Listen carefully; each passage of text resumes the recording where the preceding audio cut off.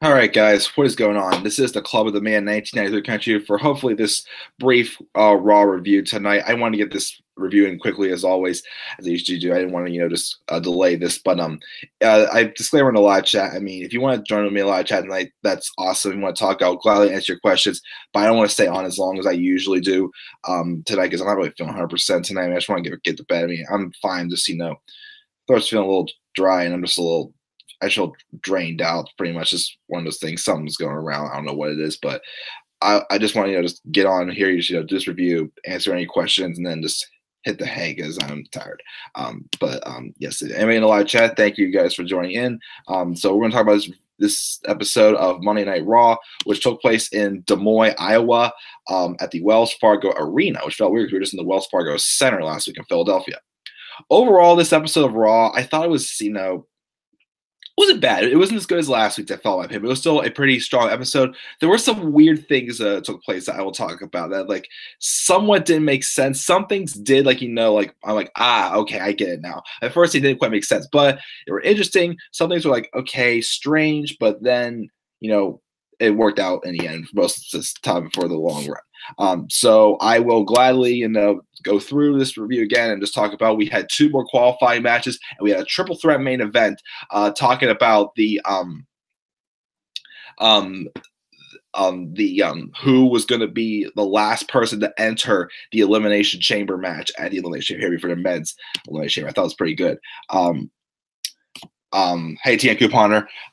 Yeah, I don't think it's a flu. It's just drained out, but I'm pretty good. But I definitely will go to the doctor if it does get that bad. But yeah, thank you for checking in, buddy.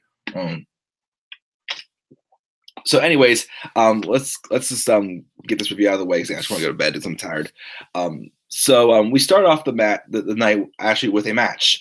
It is Bray Wyatt taking on Roman Reigns for the fourth spot in the Elimination Chamber match, which will be for a number one contendership against Brock Lesnar at WrestleMania. Bray cut his brief promo. Says the Elimination Chamber is upon us, the home to his greatest glory. He mentioned how he won the championship last year, and he plans on repeating his destiny in one man. Roman Reigns, his once great warrior, has fallen, set down a spiral that no longer recognizes him, but Bray does. He lost the Royal Rumble Intercontinental Championship recently, but he still feigns confidence, and Wyatt sees through that to see that Roman is a failure waiting to be put out of his misery, and he's happy to obligate. Waiting for Roman at the bottom of the spiral is something far worse than failure, him, which kind of made me chuckle a little bit because I think to myself, yeah, no offense. I mean, I don't want to call Bray Wyatt a failure, but, the WWE has failed to really capitalize on his character. So, no offense, he literally is in the downward spiral, if you know what I mean. It's just one of those weird things where I just had to crack say something like, oh, geez. We have Roman Reigns in the locker room questioning what Wyatt just said, saying failure is someone who can't deal with adversity, gets knocked down, stays down. He had his fair share of ups and downs, but that's not failure. It's the mark of a great journey, and his journey starts tonight and goes through the Elimination Chamber. It doesn't stop until he's smashed into Suplex City at WrestleMania, and nobody, not Bray nor Brock, can stop him. So we started off tonight with a match, not a qualifying match. I mean, not a 20-minute promo by the Authority or whatnot. But Bray Wyatt, Roman Reigns, these guys, as I said on Twitter, despite their past, despite 2015 not being one of the best years in WWE, in my opinion, these two still put out some pretty good matches when they feuded back in 2015 from Money in the Bank until Hell in a Cell, despite the fact, Bray didn't really come out if you look at the greatest. They still put out some pretty darn good matches, especially that Hell in a Cell match and Hell in a Cell in 2015. Match I had here, just for a match on Raw, I thought it was good. It wasn't really the best match I had seen out of these two. I mean, it was a little bit slow, but picked up a little bit towards the end. But it did kind of look like towards the end, it's Bray just yeah, haha, I know I'm about to lose this match anyways. But for what they had, it was too bad of a match. Roman won by hitting a weird looking spear. He got him. I thought the spear was worse into the belly area. So he got more up on the chest. I mean, I don't know if that's really what it's supposed to be. Yeah. So I'm not sure, but it was still a pretty good, match for what it was.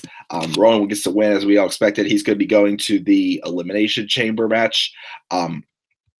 But after the match, Matt Hardy had been in the back teasing that he was going to appear in he was like just watching the match backstage, and he appeared afterwards and hit a twist of fate on Bray Wyatt to get revenge on what happened last week during his qualifying match against Elias. So he got revenge there. So I'm sure we'll probably get a match between these two at Elimination Chamber, depending on what happens in next week's main event, which I'll mention that at the end. Yes, thanks for your advice, Tia Couponer. I'm not really coughing or anything. I just more so just I'm just drained. My throat's just a little bit dry. But other than that, I mean, I'm doing all right. But I mean, I should be all right. But yeah, thank you for the heads up, buddy, as always. So then backstage in the locker room, we had Jason Jordan talking to Seth. He comes up and they're talking about the recent injuries of Jason Jordan, and Kurt has said win, lose, or draw, this is their last shot against the Bar, and they can't. And Raw's like, I can't have you refusing to tag in. And Jordan says he's 100% good to go. He's been medically cleared, and he doesn't have to worry, even though earlier in the day we were told that Jordan's not going to be able to wrestle for a year, so he's going to be getting neck surgery. But this it played in tonight what happened. He said this isn't Raw's like this isn't about either of them, but about when they can get together. So they're going to go out and take their tag team championships back there. This is about a team, not just I. So then we had the next match. It was supposed to be Scott Dawson and Finn Balor, which I thought was been a really weird one-on-one match. But instead, the Revival pretty much talk about how they wanted to, they say that they're tag specialists, so they wanted to make this match a tag team match. So they tell Finn to pick one of his buddies so they can show them how it is done. Take a quick little drink.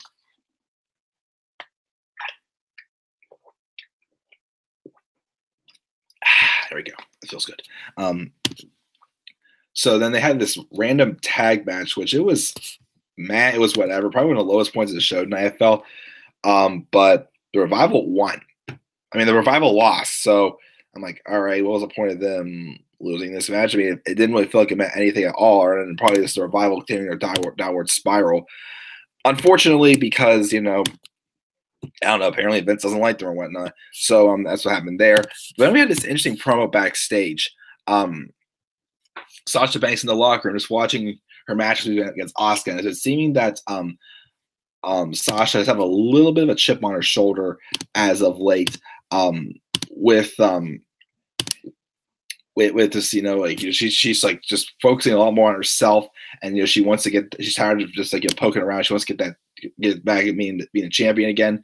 But then Bayley comes up and says, you've been watching that for 20 times, and you need to not be so hard on yourself. But Sasha's like, I'm the boss around here, and I need to be confident. Excuse me, but she doesn't know what's going on. But Bayley's like, well, do you have any tips for me to be facing Asuka? And Sasha's like, no offense, but I want to keep my strategy to myself for now. And Bayley takes a little offensive, but she says she gets it. It's everyone for herself at the Elimination Chamber. And the boss says she intends to win and end Asuka's defeat streak. And Bayley says she's thinking the same thing. Not Sasha being Asuka, but her being Asuka. And she knows that she can beat Sasha. So if Sasha's good to beat Asuka, so is she. And yeah, I do like how, Bayley got a little bit serious during this promo. That's why I like it. Like, okay, yes, this is what we need more about Bayley. Bayley getting serious, not Bayley just acting like she's delusional and just like, oh yeah, I'm going to beat you and whatnot, all this other stuff. Her getting serious, like, realizing what she has to do is what her character needs. That's what it's been lacking up on the main roster, in my honest opinion. So hopefully Bayley, this continues for Bayley, and then we'll talk about her match. Her match against Asuka was pretty good. I was pretty impressed by it. So then we had a random tag match with the cruiserweights, Cedric Alexander, Mustafa Ali taking on Drew Gulak and Tony Nese. Basically, just a match to have Drake Maverick, formerly known as Rockstar Spud, on commentary to introduce him as 205 Live general manager on Raw. He mentioned there could be some more surprises to come for this cruiserweight division. So we don't know who's all in the matches. So we got trying to think of the match we got last week. I know we had Tyler Bate taking on TJP. It was Cedric Alexander taking on Grand Metalik, I think, in the first 2 matches. And then tomorrow we're getting Kalisto and Lince Dorado, and we're also going to get Hideo Itami and Roderick Strong. So that should be fun as well. So I don't know, maybe Rey Mysterio is going to, appear in this tournament at all and get a match in this tournament maybe. I saw it's just a one-off. It was a one-off deal for him when he came to a surprise entrant in the Royal Rumble match. But we'll see what happens.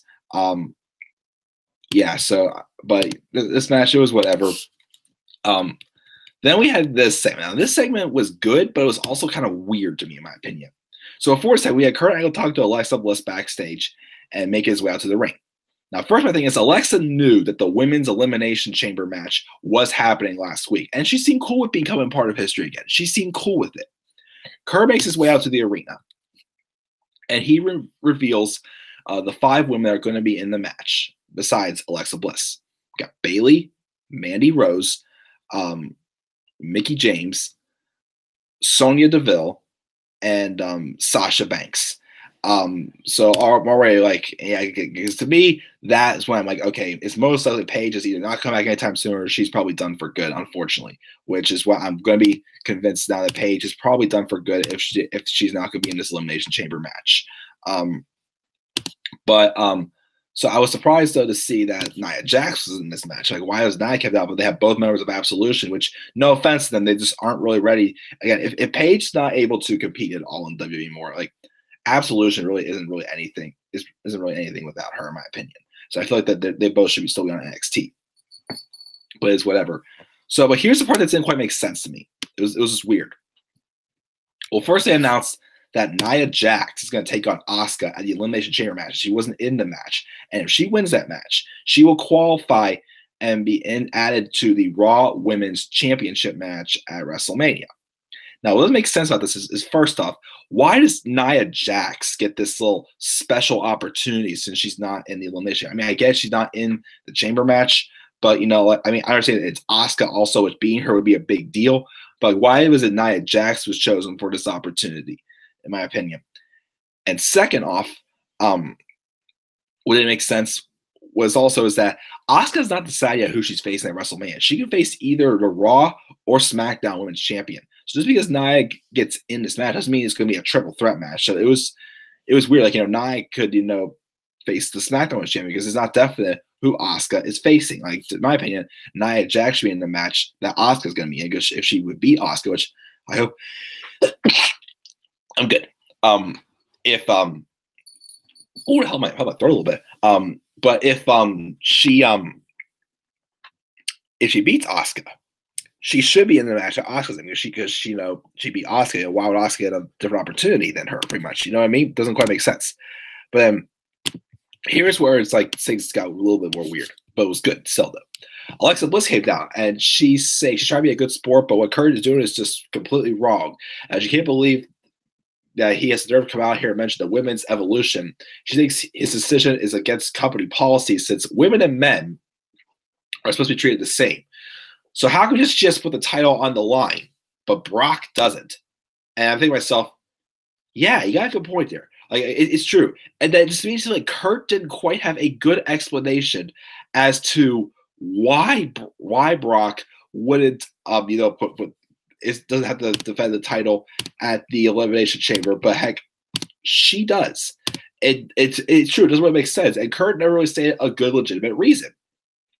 But also what didn't make sense to me is why is Alexa complaining about this now and not last week when the match was announced? And she made it seem like that she was all in and she was completely cool with this becoming a part of history again.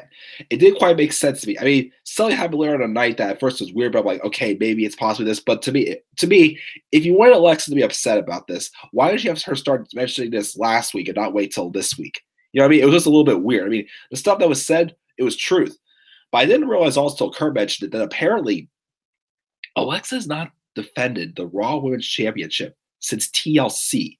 That is November, December, January, like 3.5 months ago, pretty much. Like where is this 30-day rule taking place? Last year, Naomi had to relinquish the SmackDown Women's Championship, which she was going to be ready for WrestleMania or not. And yet she was, but You know, it's just like they're so inconsistent. Like, yeah, why is Brock Lesnar, a part timer who always defends the title like 4 or 5 times a year, get to have the title on him, but not get completely abide by that rule? It doesn't make sense to me. Inconsistency is what I'm saying here. But yeah, the segment they had, the stuff that Alexa and Kurt were saying was still good. But yeah, I just didn't understand, you know, one, Kurt didn't have a really good excuse as to why Brock Lesnar couldn't defend the title at the Elimination Chamber pay-per-view. And also, why did, you know, Alexa Bliss only start complaining about this now? But before, even before Kurt came out, her and Kurt had a little chat backstage, and she seemed fine with everything. It was just weird to me, in my opinion.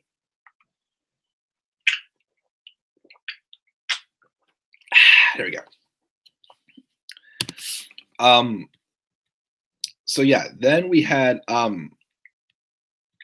was next? Then we had the match between Asuka and Bayley.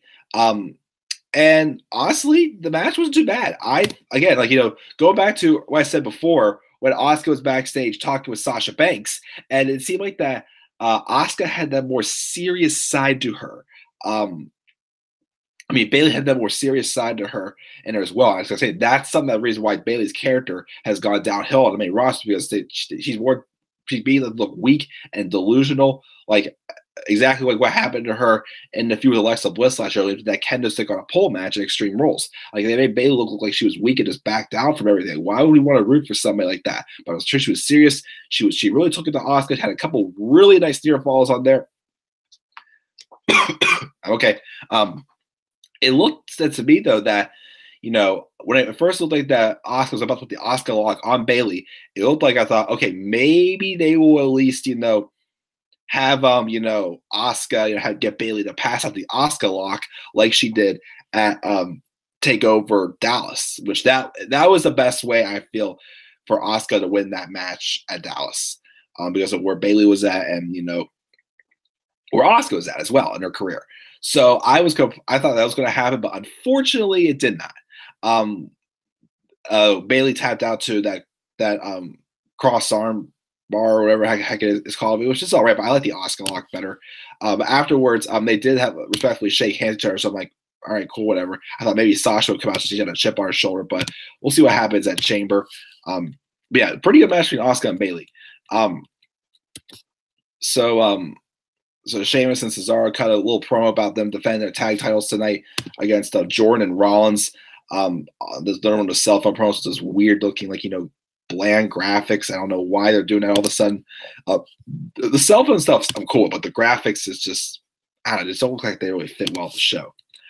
We then had The Miz and Apollo Crews and another qualifying match. I was glad to see The Miz got into the chambers. He won this match. Apollo had a good showing there as well. It was a fun match. Again, it shows that Apollo has the wrestling, but earlier today I was watching an interview involving Chris Jericho in one of his Inside the Ropes episodes, and he was talking about how, they have the wrestling, but when you get to WWE, your wrestling talent means nothing. It's the drama with wrestling in the background.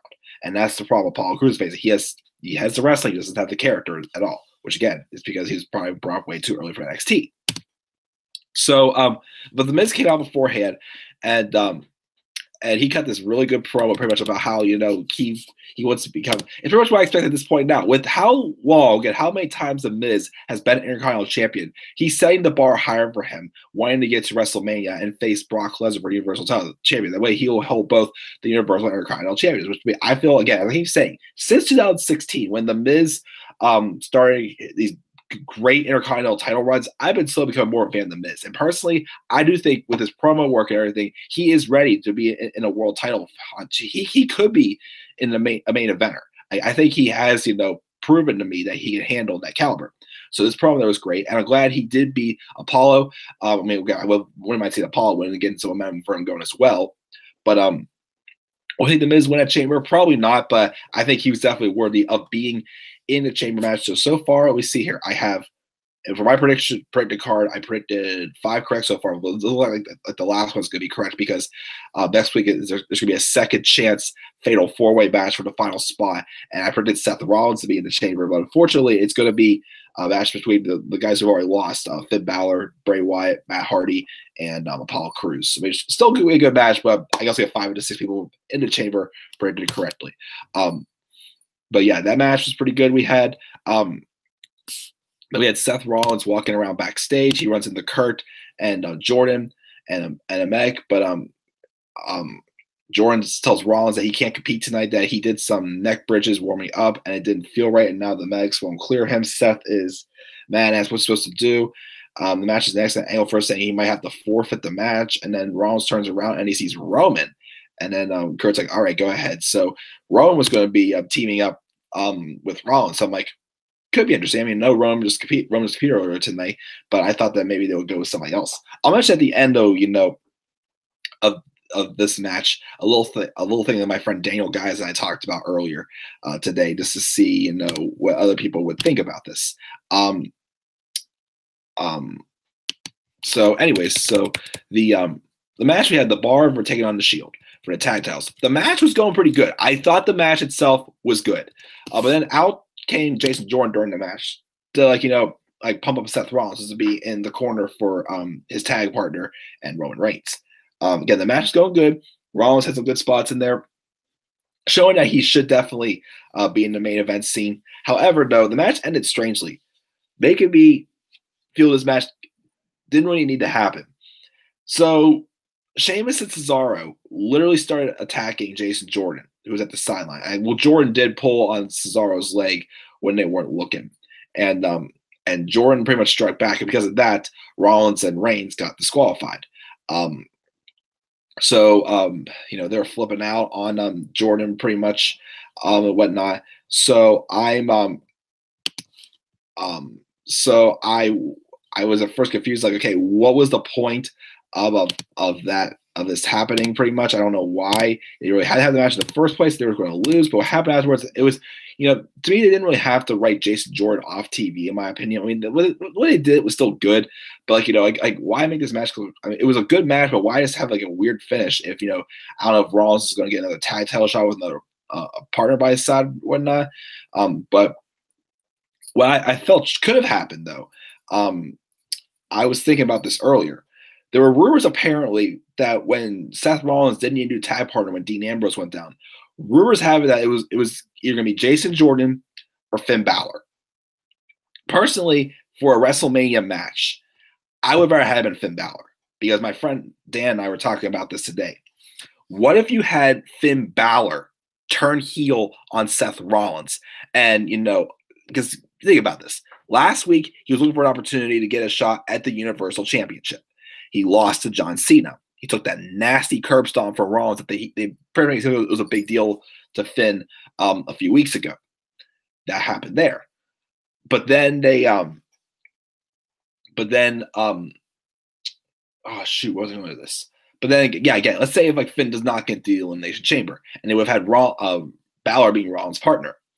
What if tonight they would have had Balor turn on Rollins and beat him down and throw him into the same barricade where he injured his shoulder, and say, because Balor's frustrated because he has gotten his rematch for the Universal title, and Rollins is the reason why he was put out. And every time he tries to get to the Universal title, he doesn't get the opportunity. So taking out his frustration, take it out on the guy who put him out of action and caused him to be stripped of the Universal title. I think it would be a much better. It would have been a much better match than Rollins and Jordan. Maybe we're not going to get Rollins and Jordan now. So if you want a match for Rollins, have that be the case. Or if you still want to have the Miz and Balor for your Intercontinental Championship, maybe put Seth Rollins there, because they did have that really good triple threat match for the number one contenders for the Intercontinental title last summer for Extreme Rules. So I mean, I wouldn't mind seeing that at WrestleMania. That could be a pretty good match as well. And it could be Balor slowly turning heel. Maybe him and Rollins could be for your Intercontinental title after Mania, maybe. Just a thought. But that's what we discussed today. I'll probably mention it again in my Road to WrestleMania series this coming week as well. But that'd be cool. So we have Braun Strowman, kind of his handycam promo about last week, saying he'll be the last one staying tonight, and then the Elimination Chamber, and then WrestleMania with the Universal Champion. So Cena and Elias better be ready to catch these hands. Then we had Rollins backstage yelling at Jordan, and Kurt comes up and tells tell Seth to calm down, and Seth literally called Jason Jordan, excuse my French, a selfish son of a bitch. He's out of line. Jason's legitimately hurt, and Rollins says the only thing he's sorry about is that he didn't legitimately hurt Jordan himself. And Angle tells Jordan he needs to go home and stay away until he's healed up. And Jordan tries to argue back, but Kurt just like screams at him just to go home. So I'm sure, they give a good crowd reaction. It was a good way to write Jordan off TV. But, in a year or so, what's it going to do? Like, it could lead to Kurt Angle versus Jason Jordan WrestleMania 35 or something like that, maybe. I don't know. But it's not about when Jason Jordan comes back, he's going to be turning heel. So hopefully for a good recovery for him as well, as he does get this next surgery, as he will be out for approximately a year, I heard. So hopefully things go well for him. Then we had two random short little women's matches. First, it was a squash match with Nia Jax and Vanessa Floyd. And Nia afterwards was an interview talking about her match at Asuka. Said she's the only woman in the locker room that isn't afraid of Asuka. And, one that she can beat. She's going to mess Asuka's face up so bad, she has to wear the mask permanently. And when she's done, she won't be the Empress tomorrow, but rather the Empress of yesterday. Then we had another women's match. It was Mickie James and Sonya Deville of Absolution, again with Paige and Mandy Rose at ringside. Match was whatever. I mean, again, Sonya Deville to me is just, I see the potential in her, but again, she's just not ready for the main roster yet. Again, with Paige most of it being done, Absolution just doesn't really seem that legitimate anymore. So Mickie James wins with a roll up, but then the interesting part was after the match. After the match, we had Sonya and Mandy beating her down. Paige is barking out orders because she can't get physical right now. Alexa Bliss comes down there and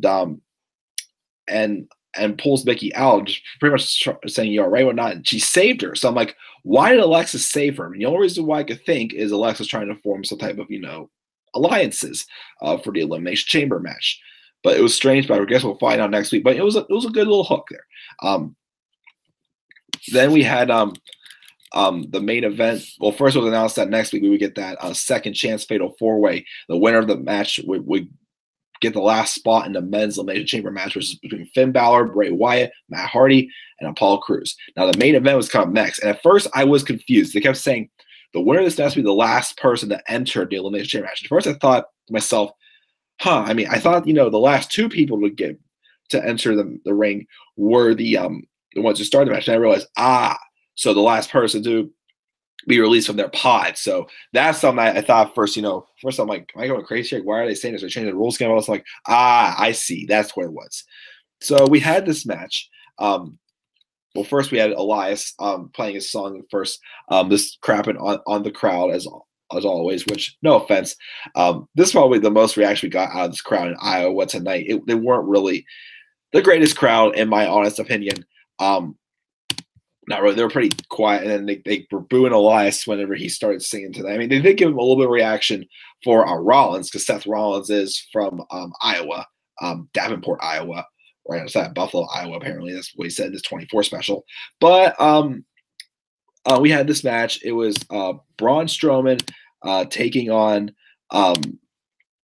Elias and John Cena in a triple threat match.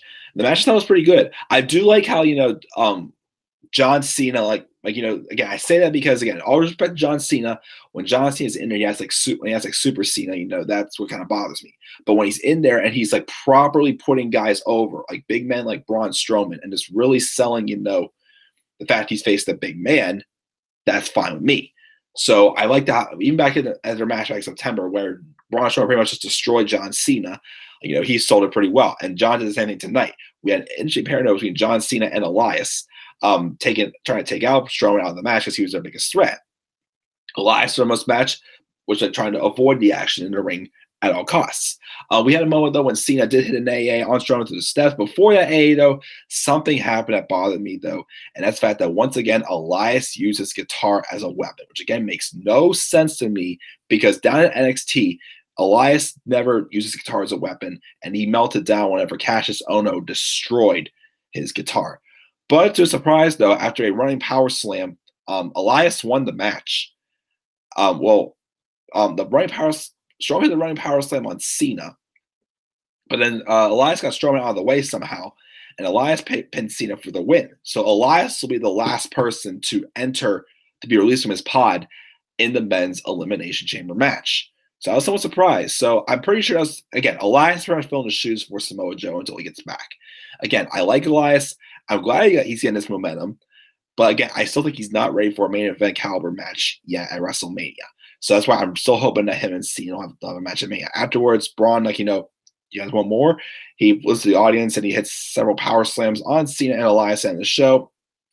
So it's pretty much a little fun main event to end this episode of Raw, which again was a pretty good episode of Raw. Probably some weird things. Again, the stuff with, Nia taking on Asuka, where it's not even definite that Asuka's going to be in the Raw women's title match. She could be in the SmackDown women's title match.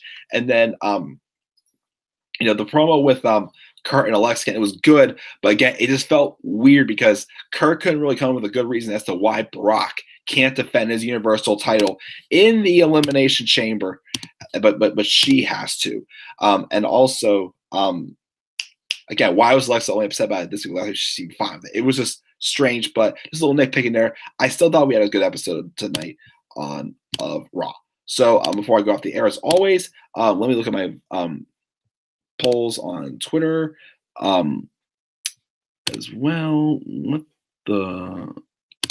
Okay, that's ridiculous. But anyways, my Twitter polls coming on. We have 4 votes of work rate of Raw this week. 25% said D, 25% said A, and 50% said B for my Twitter polls for this grade for this week's episode of Raw. I'm gonna give this episode a B. Strong episode. I enjoyed it. Weird things, but it was cool. So what are you guys' thoughts on this week's episode of Raw? Leave thoughts down in the comment section below. And as always, remember to click my like and subscribe. We're constantly coming to the channel. And if you want to follow me on Twitter at DemandAir93, just click the link down in the comments in the description down below. Guys, thanks again for tuning in. Again, like I'm feeling a little unaware tonight, but I'm not really that bad. I really don't think I have the flu, so I should be okay. But TN Coupon, as always, thank you, my friend, for your concerns down in the comment section below. And hopefully I should be better in a few days, as always. So just in a weird way. Again, I had that cold a month ago, recovered pretty well. I'll cover again tonight. So guys, sorry again, I didn't really want to talk too much tonight, but I just want to get this review out of the way and just get some rest because this is what I'm feeling. So guys, thank you guys again for tuning in. I'm checking out, guys. So until then, guys, I'll see you tomorrow night for SmackDown Live. So have a great night.